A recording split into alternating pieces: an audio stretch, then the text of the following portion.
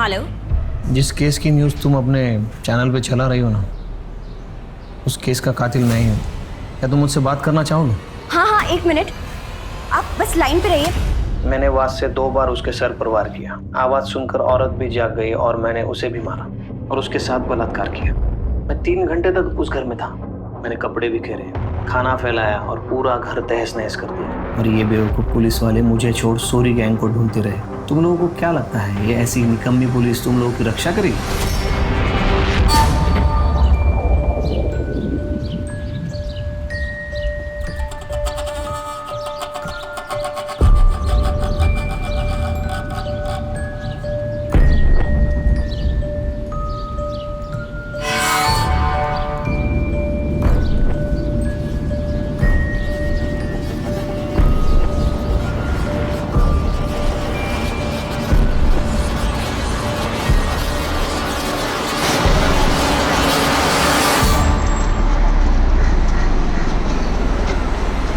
എന്റെ ലഗി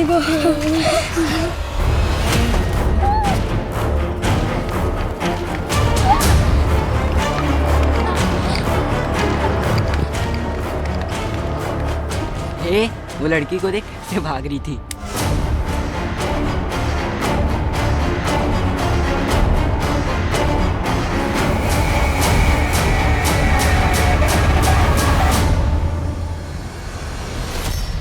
इंसान को जब चोट लगती है तो या तो वो खुद को संभाल कर नैतिकता के रास्ते पर चलता है या फिर वो पतन का रास्ता चुनकर प्रतिघात करता है।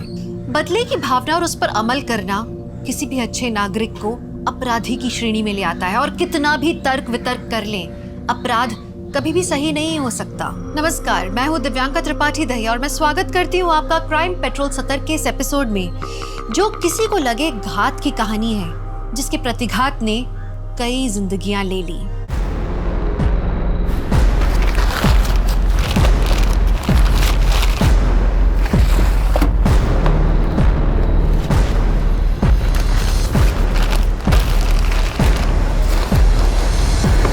राजू, भैया जी चल। और मुन्ना को बोलना रास्ते में रुके नहीं कहीं। है भैया टेम्पो निकल रहा है क्या? मैंने ऑडिट नहीं किया अभी तक। वो कोई बात नहीं, तुझे मैं संभाल लूँ। ए बंद करना। ए ये क्या है? ये क्या है भैया? ये तो इलीगल है। आप खुद तो फंसोगे ही और हम आपके साथ काम कर रहे हैं, पुलिस हमें भी तोड़ेगी। ए लेके जा टेम्पो। जो भी तूने देखा ना, उसके बारे में ज्यादा किचकिच मत कर। ये पकड़ और अपना मुंह बंद रख, आगे और भी मिलेगा। बेईमानी का काम मैं नहीं करूंगा भैया जी। आपका पैसा और आपका काम, आपको मुबारक।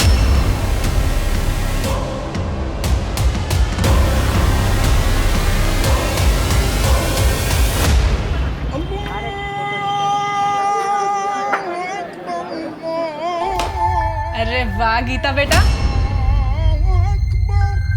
Very good.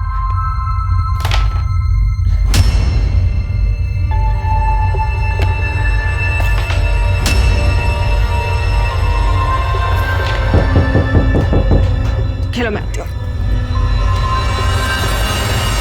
आई दीजिए।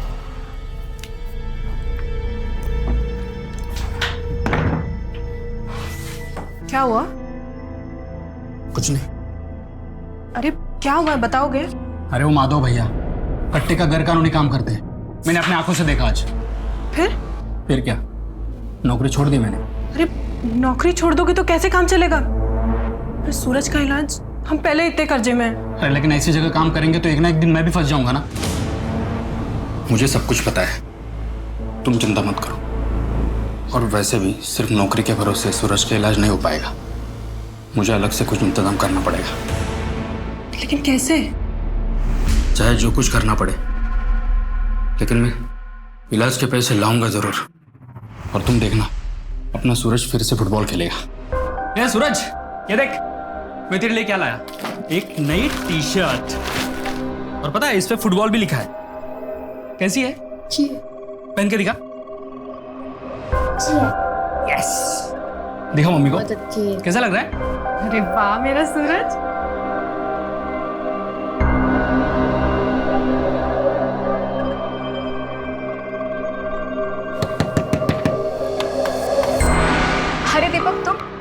मैं चाय ही बना रही थी। नहीं बेला, थोड़ा जल्दी में हूँ। ये पैसे नीमा ने भिजवाया है। कल 5 टोकरियाँ बिकी थी ना, उसके है। वो सब ठीक है, लेकिन आओ अंदर, मैं चाय बना रही थी, अब साथ में चाय पीते हैं। अरे नहीं, ठीक है। अरे आओ, क्या तुम भी। ये लो। और बताओ, सूरज कैसा है? ठीक है। डॉक्टर ने बोला है कि जल्दी ठीक हो जाएगा, लेकिन पैसे बहुत लगेंगे, कम से कम 5 लाख। 5 लाख? हाँ। इतना सब कैसे करोगे आप? मैं अपने पापा से बात करूं? वो कुछ ना कुछ मदद जरूर कर देंगे। या फिर मेरे जो जेवर थे वो बेच के तुम्हारी मदद हो ही जाएगी। अरे इतना बोला वो बहुत है, मैं कुछ ना कुछ इंतजाम कर रहा हूँ ना। अच्छा, नीमा के घर से दहेज में कुछ नहीं मिला था क्या?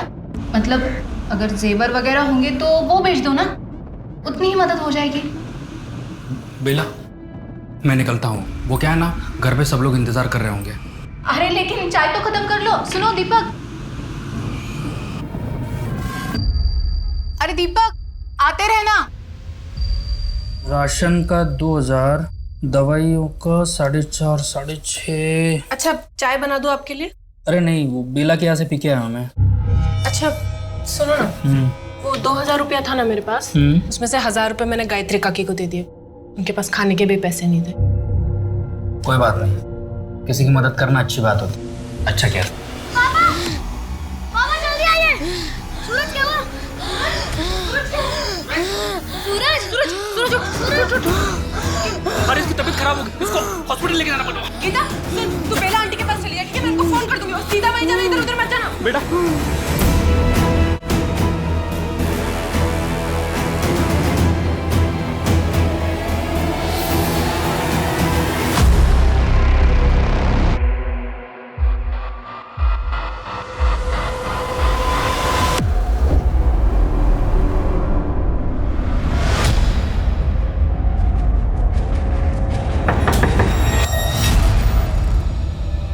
पापा नहीं आए साथ में?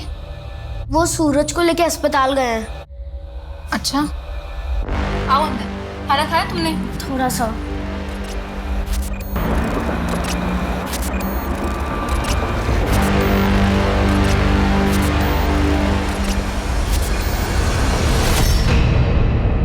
सुन नीमा, रात बहुत हो चुकी है, गीता को सुबह लाता हूँ। बेला को मैंने फ़ोन कर दिया है। डॉक्टर ने जो नई दवाई लिखी है, मैं क्या सोच रही थी, वो ले लें क्या? लेना तो पड़ेगा ही।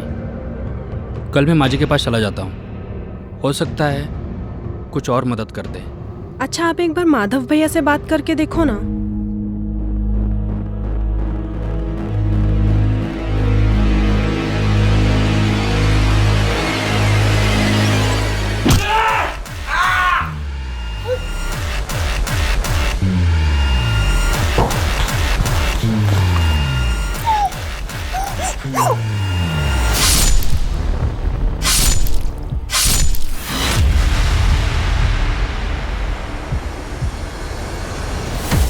ये कमल, तेरा फेवरेट के घर पे बड़ा कांड हो गया है, पुलिस भी आया है।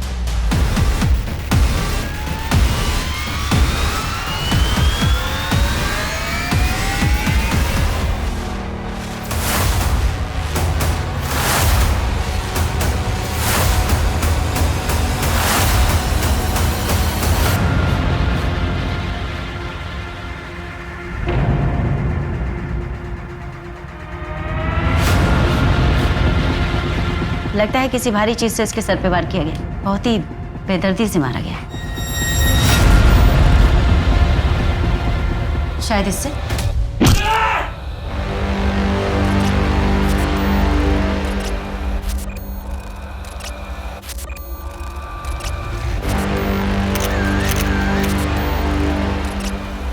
बॉडी पर सिगरेट से जलाए हुए निशान हैं। मारने से पहले बहुत ज्यादा तकलीफ दी गई इसे।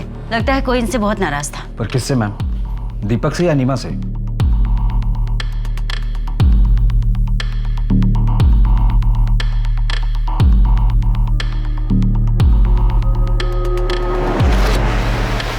मैम, यहाँ तेल के निशान भी है। और सामान भी बिखरा पड़ा हुआ है। लगता है रॉबरी का मामला है। प्लेट्स पर भी ऑयल के निशान है एक्स्ट्रा। मैम ये मुझे सॉरी गैंग का काम लगता है। मॉडस ऑपरेंडी भी सेम है। वो लोग कच्चे पहन कर निकलते हैं शरीर पर तेल लगाकर, जिससे पकड़े न जाए, और जहाँ चोरी करते हैं वहाँ पर खाना भी खाते हैं। लेकिन मेहता, उन्होंने आज से पहले कोई हत्या नहीं की, एटलीस्ट हमारे सामने तो नहीं। हमारे सामने ऐसा कोई केस नहीं है।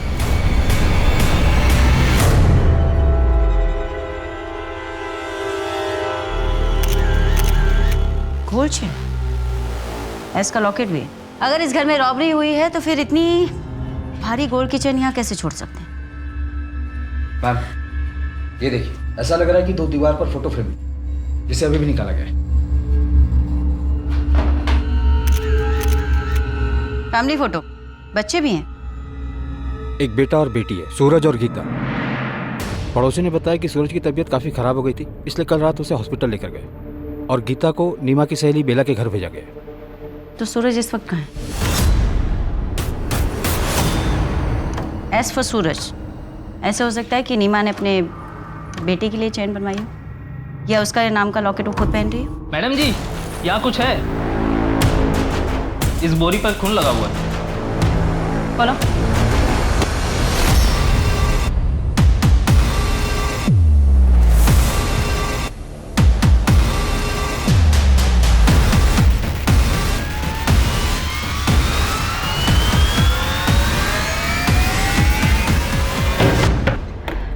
गीता कहाँ है?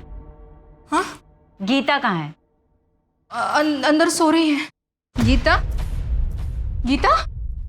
अभी यही तो सो रही थी, पता नहीं कहाँ चली गई। अगर यहीं सो रही थी तो कहाँ जा सकती है? उसे लेने कोई आया था क्या? नहीं, सुबह दीपक आने वाले थे, लेकिन आप लोग यहाँ। देखिए, हमें दीपक, सूरज और नीमा की लाश मिली है उनके घर से। क्या आप बता सकती है कि ये चैन नीमा की है? इतनी बड़ी गोल्ड चेन? नहीं, ये नीमा की नहीं हो सकती। वो इतने अमीर है ही नहीं। सूरज के इलाज के लिए उन्हें 5 लाख जुटाने में बहुत मुश्किल हो रही थी। ये उनकी नहीं हो सकती। बेला जी, एक बात बताइए, अगर गीता यहाँ पर नहीं है तो कहाँ हो सकती है? कहाँ जा सकती है हमें? क्या उसके परिवार की किसी के साथ कोई दुश्मनी थी? नहीं, उनकी किसी से क्या दुश्मनी हो सकती है? नहीं। हाँ, लेकिन एक लंबा चौड़ा पठान कई दिनों से दीपक को ढूंढ जरूर रहा था। कुछ और? नहीं। अगर कुछ याद आए तो प्लीज फोन कर देना। जी।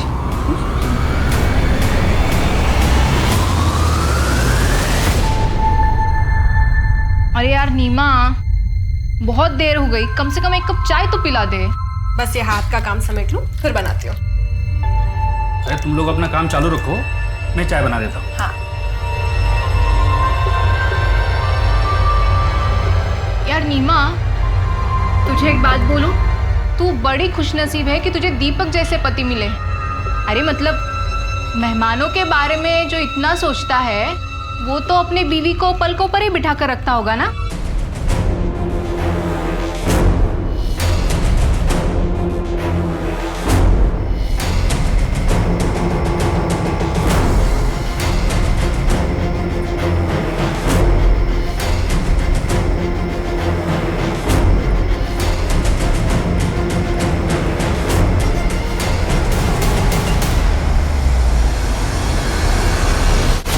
क्या पूरी फैमिली मर गई?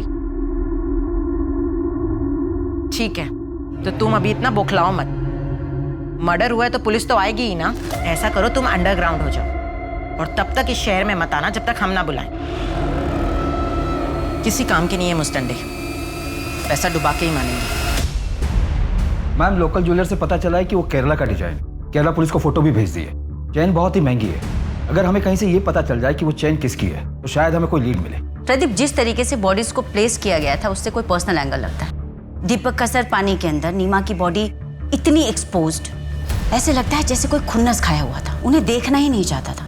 मैम, सॉरी गैंग के खिलाफ एविडेंस तो मिले हैं, पर मुझे भी ये एंगल पर्सनली लग रहा है। पर एक बात मेरी समझ में नहीं आ रही कि इतनी गरीब फैमिली को कोई टारगेट क्यों करे।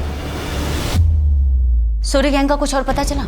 एरिया में कई जगह दिखाई दिए, रेड अलर्ट जारी किया मैम। प्रदीप, नीमा और दीपक का पर्सनल एंगल भी खंगालो, हो सकता है केस वहां से जुड़ा।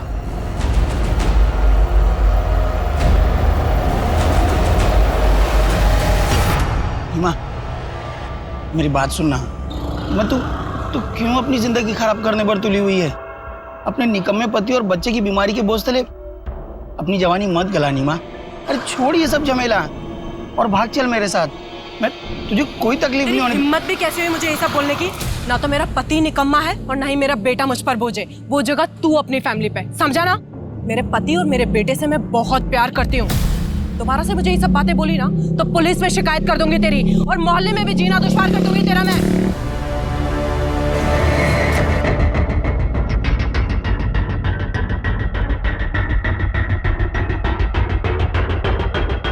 दीपक के घर की तरफ जाने वाली गली के बाहर जो सीसीटीवी कैमरा लगा हुआ है उसमें ये सब कैप्चर हुआ है, और ये दीपक के घर से मेन रोड तक जाने का यही एक रास्ता है। प्रदीप, ये सोरी गैंग का तो नहीं लग रहा, पर ये लोग पीछे से भी तो आ सकते हैं ना। पीछे वाला रास्ता? वहाँ कोई सीसीटीवी नहीं मैम, मोहल्ले के अंदर जाने का यही एक रास्ता है। इस बैग पे जिम करो, पता करो इस डिजाइन और इस कंपनी के बैग कौन सी दुकानों में बेचे जाते हैं। मैडम, हॉस्पिटल के अकाउंट डिपार्टमेंट से पता चला है कि दीपक ने इलाज के लिए 4 लाख की पेमेंट की है। इसमें से 3 लाख कार्ड से और 1 लाख कैश पे किया। दीपक या उसके परिवार के पास इतने पैसे नहीं थे, फिर इतने पैसे अचानक से कहाँ से आ गए? मैं दीपक की बैंक स्टेटमेंट निकलवाता हूँ। दीपक या नीमा का कोई रिश्तेदार जहाँ पर गीता जा सकती हो? भागलपुर गांव में कुछ रिश्तेदार हैं, पर गीता वहाँ पर भी नहीं है। अगर वहाँ पर भी नहीं है तो बच्ची गई कहाँ? सेफ है भी या नहीं?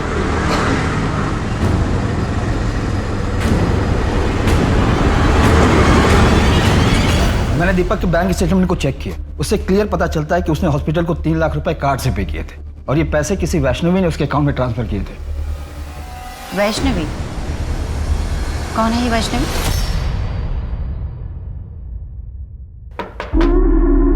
अरे आओ दरोगा, आओ। कहिए कैसे आना हुआ?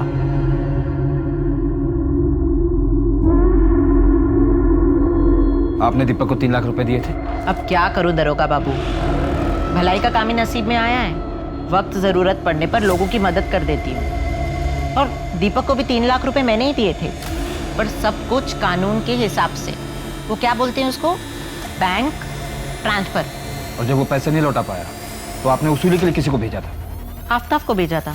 और आपके उस आफ्ताब ने एग्जाम्पल सेट करने के चक्कर में उसको और उसके पूरे परिवार को ही मार दिया। दरोगा बाबू, अगर हम ऐसे ही लोगों को मारने लगे तो लोग हमसे पैसे क्यों लेंगे? 3 लाख रुपए दिए थे, कोई सिक्योरिटी नहीं रखी? सिक्योरिटी के तौर पे घर के पेपर दिए थे उसने। अब तुम बोलोगे उसके मकान के चक्कर में मैंने उसको मार दिया। तुम मेरा घर देखो और उसका मकान देखो। ये आफ्ताब का है? वो तो अपनी गर्लफ्रेंड के साथ लखनऊ गया है घूमने। सर, मैंने वैष्णवी के बारे में सब कुछ पता कर लिया है कि पैसों की वसूली के लिए आफ्ताब नाम का एक बंदा जाता है। हिस्ट्री शीटर है वो, और उस पर सेक्सुअल असॉल्ट के आरोप भी है। बेला ने भी यही कहा था कि दीपक के पीछे कोई लंबा चौड़ा पठान पड़ा था। हो सकता है ये पठान आफ्ताब ही हो। अपने खबरियों को अलर्ट करो, देखते ही आफ्ताब कब तक अंडरग्राउंड रहता है। सर, पर एक बात समझ में नहीं आ रही है कि जब दीपक के घर में भारी गोल्ड की चेन थी तो उसने वैष्णवी से पैसे उधार क्यों लिए? बोल भैया जी, थोड़े पैसों की जरूरत थी मुझे, हर महीने पगार से काट लीजिएगा, और आप बोलोगे तो मैं ओवर टाइम भी कर लूंगा। हाँ बोल, कितने चाहिए? वो 4 से 5 लाख की जरूरत। क्या 4-5 लाख? भाई दिमाग ठीक है तेरा?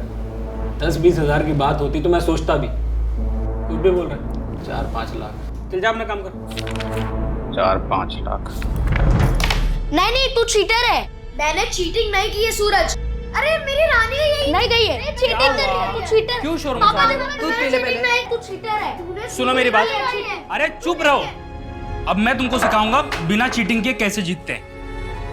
नीमा आओ बैठो। ये स्ट्राइकर है। इस ब्रूटल मर्डर केस में तकलीफों से गुजरता लेकिन हंसता खेलता परिवार उजड़ गया था, और इस अपराध को अंजाम देने वाले का कोई सुराग तक नहीं मिल रहा था। फिलहाल उस इलाके में लूटपाट करने वाला सोरी गैंग पुलिस के शक के घेरे में सबसे ऊपर था, लेकिन मुश्किल बात ये थी कि ये सिर्फ रॉबरी का केस नहीं था। दूसरी तरफ सूद पर पैसा देने वाली वैष्णवी थी, जिससे दीपक ने अपने बेटे के इलाज के लिए उधार में पैसे लिए थे और वो उसे लौटा नहीं पा रहा था। लेकिन क्या इन्हीं में से किसी ने इस हत्याकांड को अंजाम दिया था, या फिर कोई ऐसा भी था जो अभी तक पुलिस के शक से बाहर था?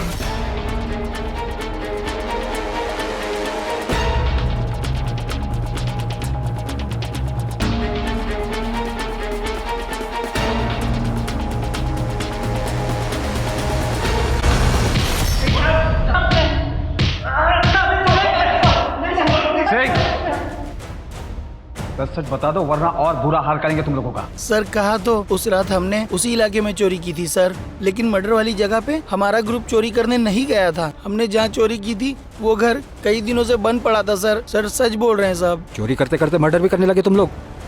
ये दीपक और उसकी फैमिली को क्यों मारा? और ये बच्ची कहाँ है? सर इसी बच्ची को मैंने उस रात सड़क पे देखा था सर। यही बच्ची है सर, डरी हुई थी और भागी जा रही थी। मेहता, अगर ये लोग सही कह रहे हैं तो फिर तो गीता जिंदा होनी चाहिए, लेकिन वो है कहाँ?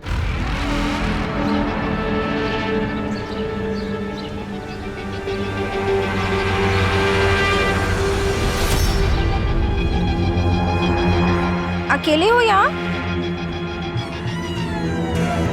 डरो मत, तुम्हारे मम्मी पापा नहीं है? मैं बेटा तुम्हारा नाम क्या है बताओ? गीता। तुम्हें भूख लगी होगी ना?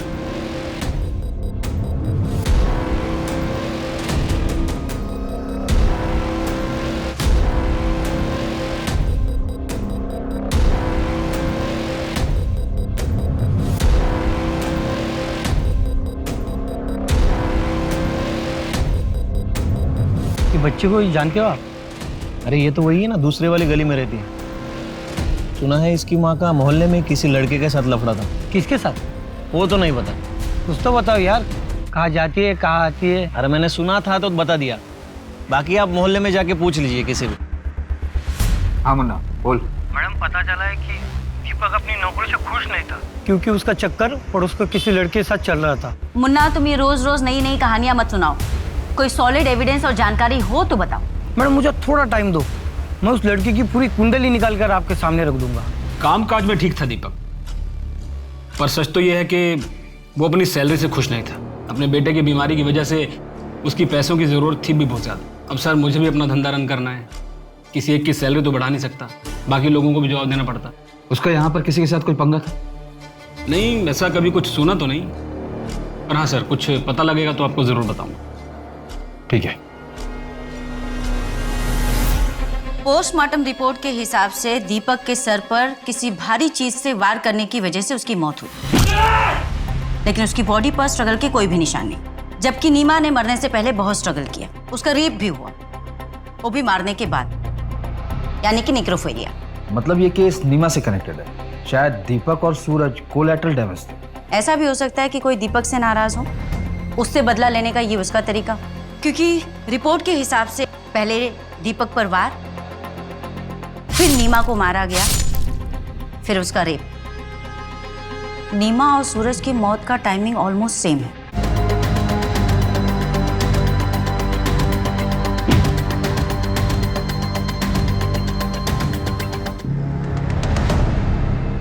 लेकिन इस सब के पीछे क्रिमिनल का मोटिव क्या था? मैडम, केरला से गोल्ड चेन की सारी इंफॉर्मेशन आ गई।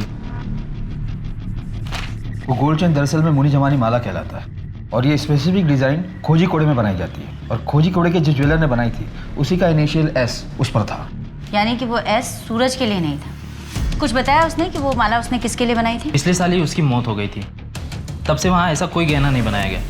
उसका एक बेटा था मैम, जो अब केरला में नहीं रहता, लेकिन पुलिस उसे ट्रैक कर रही है। Ma'am Dhanipur triple murder case में आरोपी कब पकड़ा जाएगा? देखिए मैडम, अभी इन्वेस्टिगेशन चल रही है। अभी तक की जांच में हमारे सामने कोई भी ऐसा पुख्ता सबूत नहीं आया है, पर हम कोशिश कर रहे हैं। लेकिन किसी गरीब फैमिली को मारने के पीछे क्या वजह हो सकती है? I mean, इसके बाद क्या लोग अपने घरों में सुरक्षित महसूस करेंगे? देखिए, हमें पूरा भरोसा है कि कातिल जल्द से जल्द पकड़ा जाएगा और उसे कड़ी से कड़ी सजा मिलेगी। लेकिन कातिल कौन हो सकता है? कोई सरफिरा या विकृत मानसिकता का इंसान। ऐसे लोग वारदात को अंजाम देने के बाद कहीं जाकर छिप जाते हैं, लेकिन औरतों और बच्चों की जिंदगी से खिलवाड़ करने वाला चाहे जहां भी छिपा हो, हम उसे ढूंढ निकालें। Thank you. लेकिन मैम जिस कॉन्फिडेंस के साथ आप कह रही हैं, क्या आप उसे सच में पकड़ लेंगी? मुझे नहीं लगता है आपके पास कोई ठोस लीड है।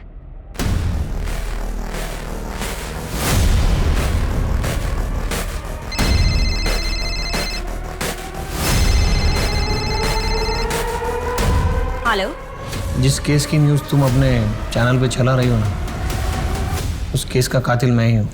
क्या तुम मुझसे बात करना चाहोगे? हाँ, एक मिनट, आप बस लाइन पे रहिए। पहले कभी ना दिखाए जाने वाली न्यूज, आज की सबसे बड़ी खबर हम आपके सामने लेकर आए हैं। एक ऐसे अपराध की घटना जिसके बारे में देखना सुनना तो दूर, उसके बारे में कभी किसी ने सोचा भी नहीं होगा।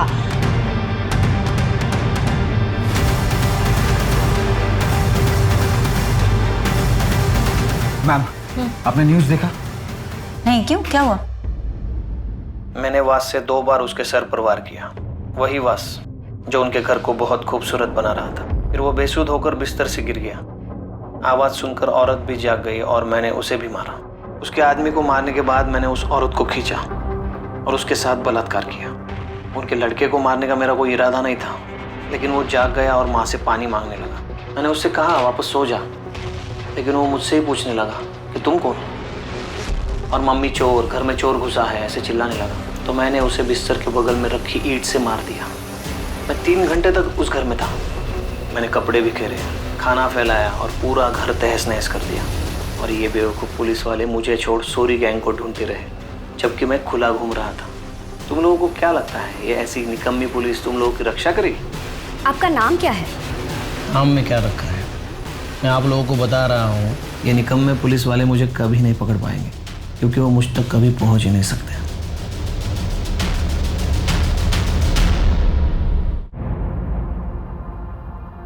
हर सोशल मीडिया पर सिर्फ इसी केस के चर्चे चल रहे हैं, वो भी सिर्फ तुम्हारी वजह से।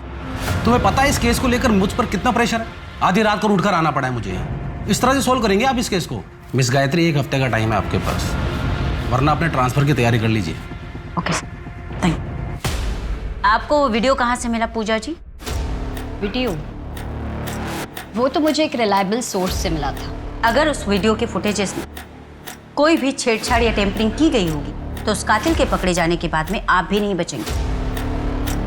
हमारे इन्वेस्टिगेशन में बाधा डालने के जुर्म में मैं आपको भी बिहाइंड द बार कर दूंगी। मुझे नहीं पता कि वो वीडियो ऑथेंटिक है या नहीं। मैंने तो बस, मुझे अपने घर के बाहर एक सीडी मिली थी और फिर मुझे किसी का कॉल आया था।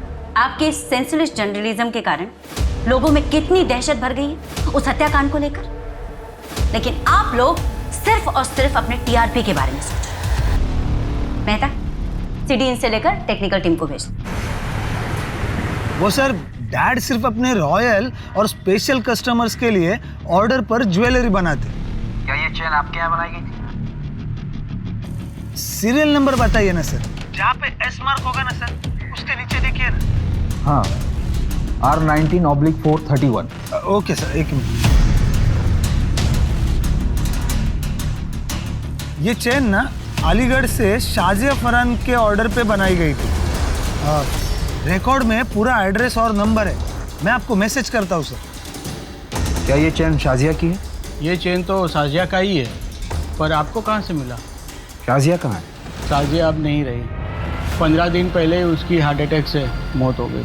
शाजिया की कोई फोटो है आपके पास?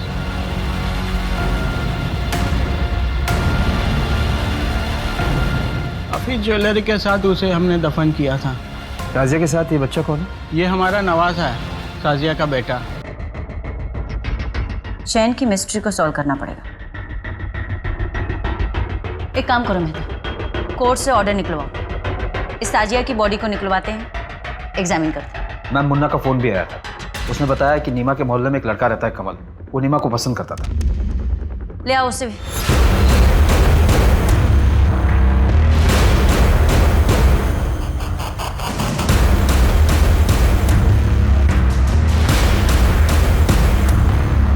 कुछ मिला?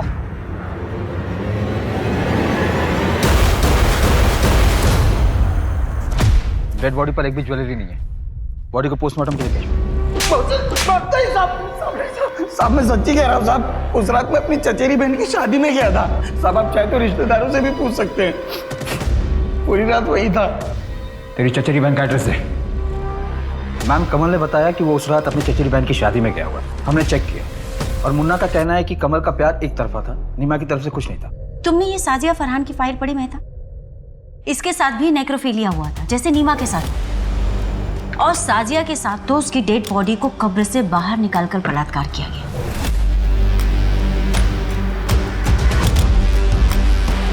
जर्नलिस्ट का क्या? मैम किलर ने जर्नलिस्ट को जिस नंबर से फोन किया था वो फेक आईडी पर लिया गया था, वहां तो डेड एंड है। मेहता, इन सब के पीछे जो कोई भी है, ये सब कुछ प्लान किया है।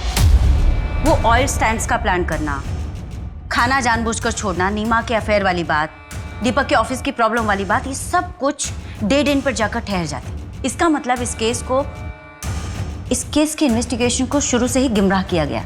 वो क्राइम सीन सिर्फ और सिर्फ हमें मिसलीड करने के लिए क्रिएट किया गया था। क्या सच में इस हत्याकांड की जांच उस शातिर अपराधी के बिछाए जाल में उलझती जा रही थी?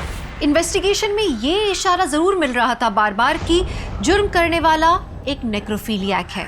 अपराधी इतना शातिर था कि हर मिला हुआ सुराग अधूरा था। शहर के लोग दहशत में और पुलिस बेबस, बस एक लीड मिलने का इंतजार कर रहे थे सब। पापा आपने फिर से पकड़ लिया। मेरा चुपकल इधर बैठा है, आजा बाहर। चल चल अब मम्मी को ढूंढते, आजा। मम्मी मम्मी मम्मी कहाँ छुपी है?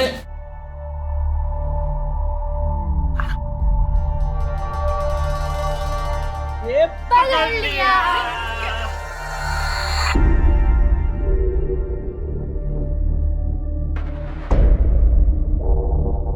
जिस दिन शाजिया की मौत हुई थी उस दिन शाजिया के घर पर कोई ज्वेलर आया था। शाजिया ने अपनी सहेली को फोन करके कहा था कि अगर उसे ज्वेलरी देखनी हो तो उसके घर आ जाए, क्योंकि वो ज्वेलर बहुत ही सस्ते दामों में ज्वेलरी बेच रहा था। हालांकि शाजिया की सहेली शाजिया के घर नहीं आई थी और शाम को जब शाजिया के पेरेंट्स घर आए तो उसकी मौत हो चुकी थी। लेकिन सवाल अभी भी वही है मेहता, क्या कातिल ने जानबूझकर ये सब कुछ सिर्फ इसलिए किया कि वो दीपक और नीमा को मारना चाहता था? उसका टारगेट आखिर कौन था, दीपक या नीमा? और फिर इसमें साजिया कहाँ फिट बैठती? मैम यहाँ हत्या का मोटिव समझ में ही नहीं आ रहा है। वो बच्ची गीता भी नहीं मिल रही। सच कहूँ तो मुझे उस बच्चे की फिक्र होने लगी। पता नहीं ठीक होगी भी या नहीं।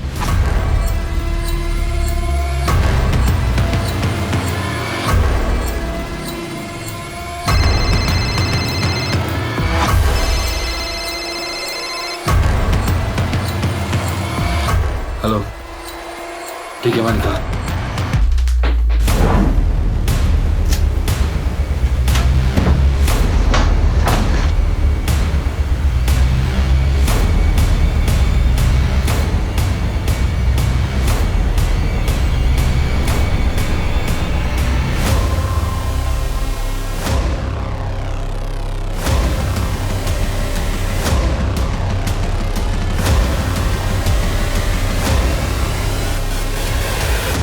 किसका ये? सब ये मेरा नहीं है, वो मैं माधव भैया के लिए डिलीवरी लेने आया था। माधव कौन? माधव पांडे? हाँ वही फर्नीचर वाले माधव। दीपक के काम छोड़ने के बाद तूने शाजिया की लाश कब्र से निकाली और दीपक के घर जाकर क्राइम कर दिया। मैं किसी शाजिया फरहान को नहीं जानता। दीपक और उसकी फैमिली को कैसे मरवाया? सर मैंने ना किसी को मारा ना मरवाया, क्योंकि सर मैं अच्छी तरह जानता था कि दीपक में कंप्लेंट करने की ना तो हिम्मत थी ना टाइम। सर वो तो अपने परिवार में परेशान था। सर मैं एक बिजनेसमैन हूँ, कोई खूनी नहीं हूँ। सब मुझे जाने दो सर। क्या गीता का वहां भी कुछ नहीं पता चला? उस माधव ने कुछ कन्फेस किया? नहीं मैम, कट्टो का इलीगल बिजनेस से यही कन्फेस किया। उसका कहना है कि इस हत्या में उसका कोई हाथ नहीं है। चार्जशीट तैयार करो, इलीगल वेपन और ट्रैफिकिंग के केस में अंदर ही रहो। मैम कमल से भी कुछ निकल नहीं पा रहा है। वो उस रात अपनी चचेरी बहन की शादी में गया था और सुबह 6 बजे निकला था वहां से। जी क्या? ठीक है हम आते हैं। क्या वो? मैम रसूलपुर में एक लड़की मिली है जिसकी डिटेल्स गीता की डिटेल से मैच करती है। आ रही हूँ बाबा। गीता का? कौन गीता? मैडम आप ऐसे अंदर कैसे जा रहे हैं? सही यहाँ ढूंढो। मैं कह रही हूँ ना वहाँ कुछ नहीं है। आप ऐसे कैसे किसी के घर में घुस सकते हैं? मैं बोल रही हूँ ना सर, मैडम मैं बोल रही हूँ ना यहाँ पर कुछ भी नहीं है। कौन कौन रहते हैं यहाँ पे? मैं और मेरा पति। मैडम देखिए आप जाइए यहाँ से। चप्पल तो किसी बच्ची की लगती है। मैंने कहा ना यहाँ कोई बच्ची नहीं है। एक तो आप बिना किसी परमिशन के मेरे घर में घुस आए हैं और ऊपर से मुझसे क्वेश्चन कर रहे हैं। आप जाइए यहाँ से। मैडम वहाँ कुछ नहीं है, सिर्फ कपड़े हैं। हाँ तो देखने दो। बेटा बाहर आओ, डरो मत। हमें ना किसने किडनैप किया इसे? तूने किडनैप किया? तेरे पति ने? आओ।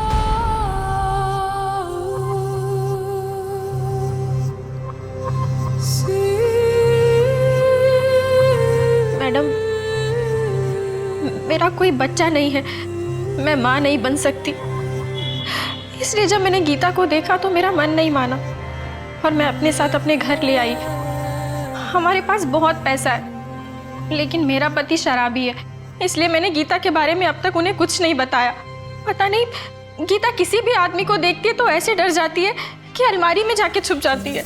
अगर ऐसी बात है तो तुमने पुलिस स्टेशन में इन्फॉर्म क्यों नहीं किया? हम पिछले 15-20 दिनों से इस बच्ची की तस्वीर लेकर यहाँ वहाँ ढूंढ रहे। मैंने न्यूज़ में देखा था कि मर्डरर ने किस तरीके से आप लोगों को चैलेंज किया था। मुझे गीता की जान की चिंता है, इसलिए मैंने किसी को कुछ नहीं बताया। हाँ, लेकिन गीता ने अपने माँ बाप के कातिल को देखा है।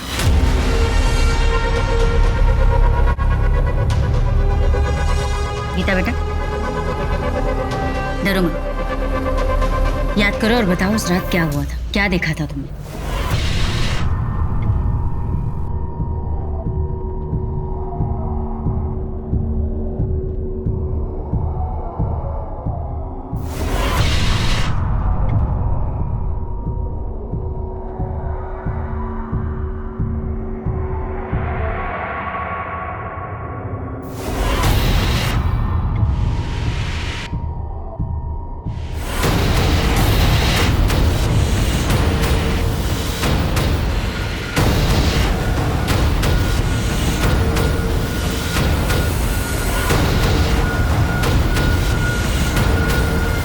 मैंने उसका चेहरा नहीं देखा, उसे सिर्फ पीठी नजर आ रही थी और वो बार बार अपने हाथों पे ऐसे खुजा रहा था। और कुछ चीज, कुछ और देखा तुमने? कुछ याद है तुम्हें? हाँ, उसने अपने कान में बाली पहनी थी। मुन्ना, वो आदमी बार बार खुजली करता था, कान में बाली पहनता था। क्राइम सीन पर उसने ड्रिंक भी किया था, शायद अल्कोहलिक हो। ऐसे किसी भी आदमी के बारे में चारों तरफ पता करो, ढूंढो उसे, ठीक है? अच्छा मुन्ना, तुमने एक बार नीमा के अफेयर के बारे में बात बताई, पर आगे कोई लीड नहीं दी। कि बच्चे को जानते हो आप? देखो भाई, लड़के के बारे में कुछ मालूम नहीं मुझे। माँ के बारे में पूछेंगे तो मोहल्ले में कोई भी तब वो खुजली करते जा रहा था और मेरे को नीमा के बारे में बता रहा था। तुमने उसे देखा था? स्केच बनवा सकते हो? हाँ साहब, कोशिश करूंगा।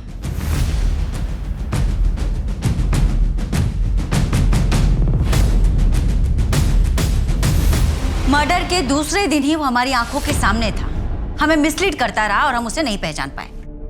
आज की तारीख में हमारे पास केवल उसका स्केच है और हम उसके बारे में कुछ नहीं जानते। हेलो, क्या? कहाँ? कोलकाता? आप मुझे फैक्स कर सकते हैं? जी, please note down the number 44344610।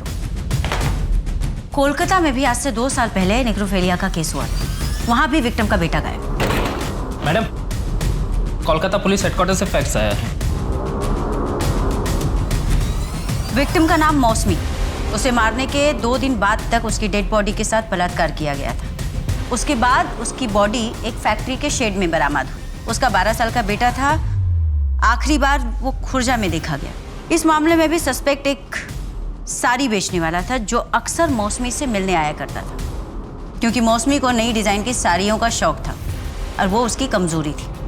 ये वही स्केच वाला है शायद, जिसकी शिकार सारी औरतें और उनके बच्चे हुए। लेकिन मैम, ये कोइंसिडेंस भी तो हो सकता है। ये भी तो हो सकता है कि इस बार कोई कोइंसिडेंस ना हो, उसकी मोडस ऑपरेंडिंग ही ऐसी हो। वो पहले औरतों की कमजोरी का पता लगाता हो, उसके बाद में उन्हें अपना शिकार बनाता हो। लेकिन नीमा की वीकनेस क्या थी? सूरज और उसके इलाज में लगने वाली महंगी दवाइयाँ। मेहता, एविडेंस में जो हमने दवाइयाँ रखी थी, पता करो दवाइयाँ कहाँ से लाई गई थी। क्या ये मेडिसिन आपके स्टोर की है? हाँ, ये मेडिसिन हमारे स्टोर की। क्या तुमने कभी इस आदमी को देखा है? हाँ, शायद ये आदमी हमारे स्टोर पे मेडिसिन लेने आया था। हाँ, याद आया। उसने बताया था कि वो अलीगढ़ हॉस्पिटल में वार्ड बॉय है।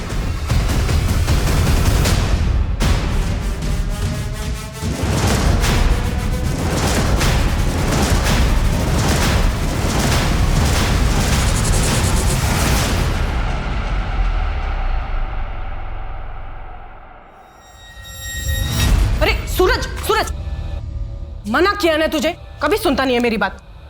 ऊपर कर पैर। अभी ज्यादा बीमार हो गया तो फिर फुटबॉलर नहीं बनना तुझे। डॉक्टर सर की बात सुनता है ना मेरी बात सुनता है। डॉक्टर साहब को कुछ भी बोले, ऐसे कई सारे पेशेंट्स हैं जो अपने बुढ़ापे तक भरपूर जीते हैं। आप बस इलाज चलने दो। दवाइयाँ इतनी महंगी है और कुछ समझ में नहीं आ रहा है, कुछ बेचने के लिए भी नहीं बचा अब तो हम लोगों के पास। मैं एक आदमी को जानता हूँ जो ऐसे बीमारियों की दवाई आधे से भी कम दाम में देता है। आप चाहो तो मैं आपको दिलवा सकता हूँ। हाँ हाँ, आपका बहुत बड़ा एहसान होगा हम लोगों के ऊपर। कल सुबह ही मैं दवाई लेके आता हूँ। आप अपना एड्रेस दीजिए। जी देती हूँ।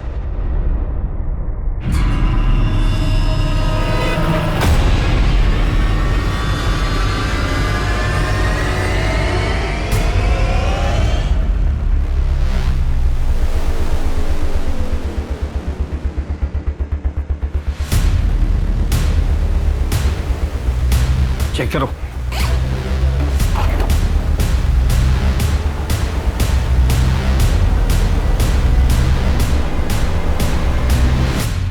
ये नीमा और उसकी फैमिली, ये शाजिया और ये शायद मौसमी है। इसने जिस को मारा उनकी निशानी अपने पास रख ली। पता नहीं और कितनों को मारा होगा इसने। गिनते रहिए साहब, बहुत है। किसे ढूंढ रहे थे? मुझे? बहुत ज्यादा वक्त नहीं लग गया आपको मुझे ढूंढने में, जबकि मैंने बहुत सारे सुराग छोड़ दिए। जहां जाता था वहां सुराग छोड़ता था। ऐसा करेंगे तो कैसा चलेगा साहब?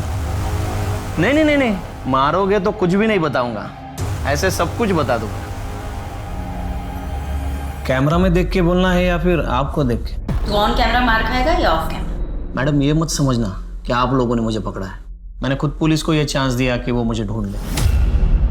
दरअसल अब मैं भी चाहता हूँ कि पूरी दुनिया को मेरी कहानी पता चलनी चाहिए। उनको पता चलना चाहिए कि मैं कोई शिकारी नहीं हूँ, बल्कि खुद शिकार हुआ हूँ। मुझ पर भी जुल्म हुए हैं, मैं भी विक्टिम हूँ। इसीलिए तूने एक के बाद एक मर्डर किया, उन लोगों का भी जिनका कोई कसूर नहीं। क्या बिगाड़ा था उन लोगों ने? आपके बाल भी सीधे हैं क्या? हाँ, मैं भी सीधी और मेरे बाल भी, पर जलेबी की तरह। तू ये बता कि सूरज और नीमा ने तेरा क्या बिगाड़ा? मैंने तो उसकी मदद करी है। कैसे डांट रही थी उसे? मना किया ना तुझे, क्यों उतर रहा है बेड से? कभी सुनता नहीं है मेरी बात। नवीन बेटा क्या हुआ? रो क्यों रहा है? ऐसा कर, जी भर के रो ले। रोने से ना जी हल्का हो जाएगा। वैसे भी रोने से कोई नामर्द थोड़ी हो जाता है। और तू तो मेरी बहादुर लड़की है ना? मामू, लड़की जैसे रहना अच्छा नहीं लगता। तू एक लड़की है। नहीं माँ, मैं एक लड़का हूँ और रोज ऐसे लड़कियों की तरह सजूंगा नहीं। तू लड़की है और लड़की की तरह ही रहेगा और तुझे रोज सजना पड़ेगा, समझा? मैं लड़कियों की तरह नहीं सजूंगा।